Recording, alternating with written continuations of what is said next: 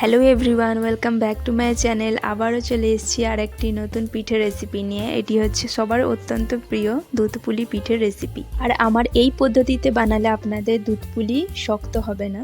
তাহলে চলুন রেসিপিটি শুরু করে নিই। এখানে আমি 1 লিটার দুধ নিয়েছি। দুধটাকে ভালো করে 10 থেকে 15 মিনিট একটু ফুটিয়ে নেব। অন্যদিকে আমি একটা ডিশে নিয়ে নিয়েছি চালের গুঁড়ি।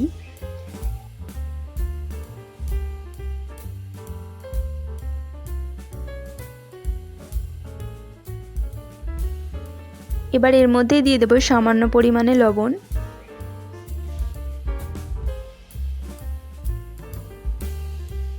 এবার চালের গুঁড়িটাকে গরম জল দিয়ে ভালো করে মেখে নেব।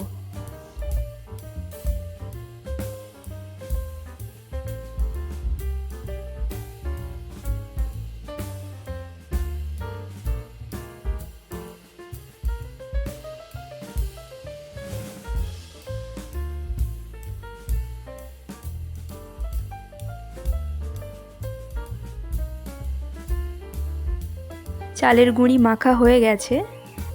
এবার এর উপরে একটা সুতির ভেজা কাপড় আপনারা চাপিয়ে দিতে পারেন। এদিকে আমি পিঠেগুলো গড়ে নেব। তার জন্য লুচির সাইজের লেচি নিয়ে ভালো করে গোল করে নেব এবং বাটির শেপ করে তার ভেতর সন্দেশের পুর দিয়ে দেব।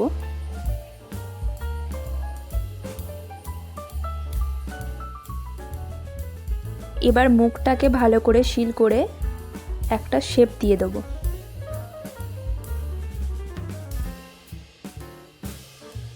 এরকমভাবে হাতের তালুর সাহায্যে আপনারা এরকম ঘুরিয়ে ঘুরিয়ে এই শেপে করতে পারেন। দেখতে পাচ্ছেন কত সুন্দর শেপটা হয়ে গেছে। ঠিক এই শেপেই আমরা বাকি পিঠেগুলো গড়ে নেব।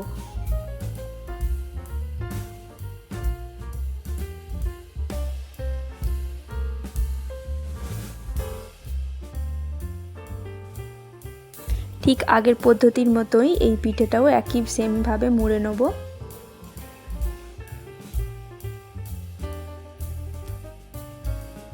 এই যে দেখতে পাচ্ছেন আমাদের সব পিঠেগুলো গড়া হয়ে গেছে।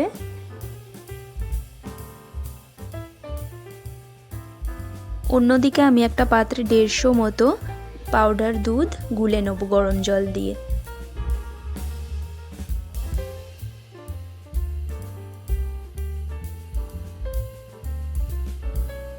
এবার দুধটা ফুটে খানিকটুকু ঘন হয়ে এলেই এর মধ্যে পাউডার দুধের মিশ্রণটা দিয়ে দেবো।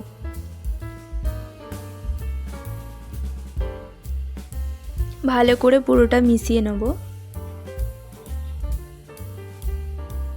দুধটাকে আরেকটু ঘন করে নেব। তার জন্য এখানে 5 থেকে 10 মিনিট ভালো করে ফুটিয়ে নেব। দুধটা ভালো করে ফুটে এলে তার মধ্যে এবার পিঠেগুলোকে দিয়ে দেব।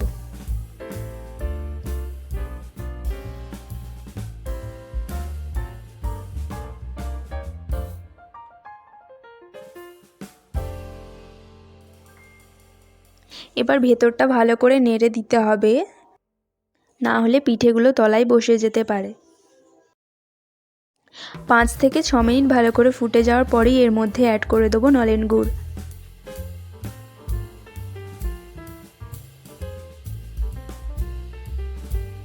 এক্ষেত্রে গুড় কিন্তু আপনারা বেশি আগে দেবেন না, নামানোর 2 থেকে 3 মিনিট আগেই দেবেন।